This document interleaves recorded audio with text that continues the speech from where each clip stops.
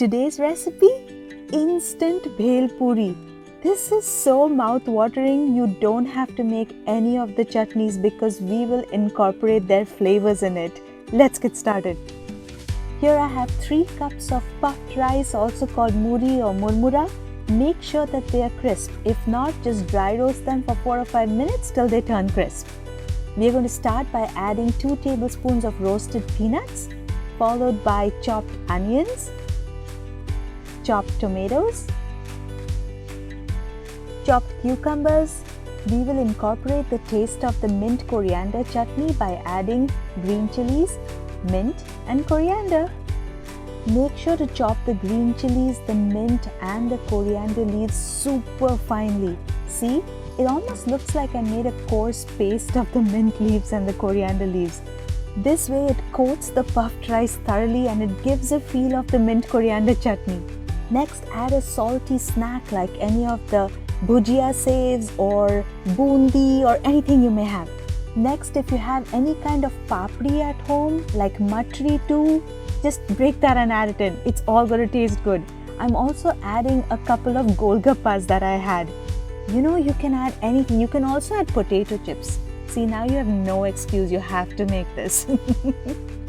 And now I'm going to add in boiled potatoes just before I add in the dry masalas so that the dry masalas coat the potatoes. First, I'll add 1 teaspoon of cumin powder, then 1 teaspoon of chaat masala, very important, half a teaspoon of chili powder, and 1 teaspoon of salt, but not normal sea salt, rock salt. That's another very important ingredient for that chatpata bhel puri flavor. To substitute for the sweet tamarind chutney, we'll just give tamarind concentrate and honey. It works, believe me, try it. Just add a little bit of tamarind concentrate, that's very sour, just a little bit. And add a little bit of honey. The honey substitutes for the jaggery that's used to make this chutney and it works really well. Hey, if you're enjoying this recipe so far, press that like button. And lastly, we got to add the bhel puri save. How's it? It's incomplete without that. This tastes great, but that one magical ingredient is missing.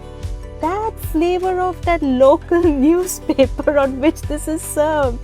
I tried putting it in a white paper, but that didn't do it. And I don't have a local newspaper at home, but you should totally make use of that. Only then you will have fun. Alright my friends, that's all for today. Have you subscribed to my channel yet? Don't say no. I post exciting recipes every week. So do it now and press that bell icon to get notified as soon as I post my next recipe. Also, if you're on any of these different social media sites, I'll be very happy if you follow me. And for written recipes, do visit my blog. All the links are in the description. Alright then, see you next week. Bye-bye.